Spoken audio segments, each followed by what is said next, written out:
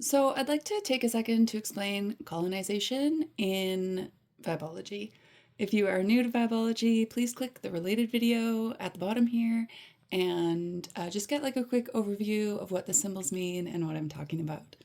So when it relates to colonization, what happens is, first and foremost, there was not one wave of colonization only ever in the history of the planet, which was Europeans coming over here to what we call North America now.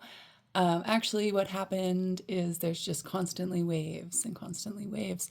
There was an expansion of Orientalism, there was an Islamic expansion, lots and lots and lots and lots. So even the nations that we generally consider colonizers right now, even these territories used to be, like France was inhabited by the Frankish, and then the Ottoman Empire, I believe, or the Roman Empire, sorry, I don't really care, but came on top and imposed their beliefs on top. And so even these lands that we think are solely colonizers were actually also colonies, right? So we're just trying to soften this idea that, like, it's not just that there's a handful of people who are bad, it is this pattern. And how this pattern works is what I'm going to show in VIBEOLOgy. So this is the survival mode. This is the whole person. So Europe especially is an interesting example because what happened kind of around the same time as they started expanding, and not just to like quote unquote North America, which is Turtle Island, but they also tried colonies in Africa and in Asia, right? Oceania probably, I didn't do any research. This is just for my, this is just what's coming out. So what was happening in Europe at the time, though, is interesting to talk about because it is things like the Spanish Inquisition. It is things like the witch trials, right? And so what that does is that takes a society and the way that we all collectively run ourselves and act and think and be, it changes us from whole and open to down in survival mode. Survival mode is also masculinity. Just putting it out there. So when we have gotten rid of all the witches, that also disconnects us from the land because those were more land-based philosophies. We've put in like Catholicism, which runs on guilt and individualism. And so the people go from whole to survival mode.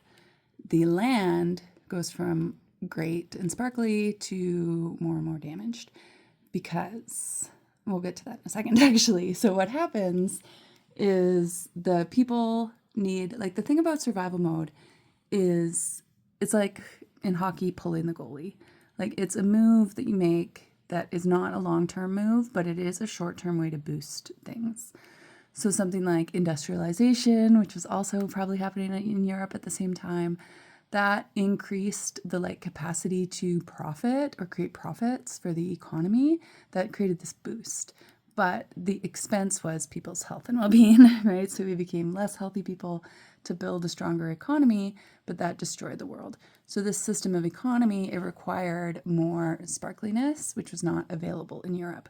And so Europeans started going to Africa. They started going to India. They started going to Asia. They came here to Turtle Island because they were looking for resources to feed into their machine. They're like programmed hunters were now going out and looking for resources to feed in. And this clashed with indigenous beliefs because, okay, we're going to switch to the second diagram.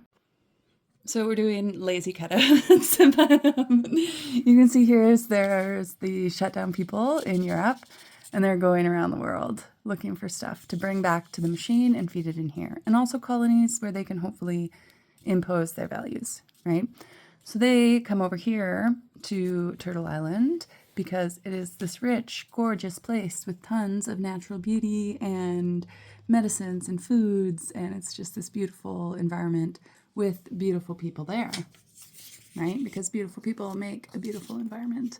And now that is the thing about indigenous people, is often people refer to themselves not as the name that we know them as colonizers. Like the Inuit people that wasn't the name that they used. They called themselves the people in their language, right? And this is true for most tribes because they have this worldview where, you know, land has grass and trees and squirrels and people, right? And so those are like all the different things. And the grass has a role and the people have a role. And the people's role is to think about the world and act in the world in a way that makes it sparkly and then makes the environment sparkly. So people were here for like 20,000 years learning how to do this, right? Learning how to care for this land, learning how to be here. They made the land sparkly and full of great goodness and a beautiful, wonderful place to live. And then European settlers came over and they started to impose these values and set up these laws and set up this kind of society on the sparkly land. And that's why it's a big problem, because now the land here is not really so sparkly anymore. It's turning into the same kind of damaged, exploited land that you left in Europe, right?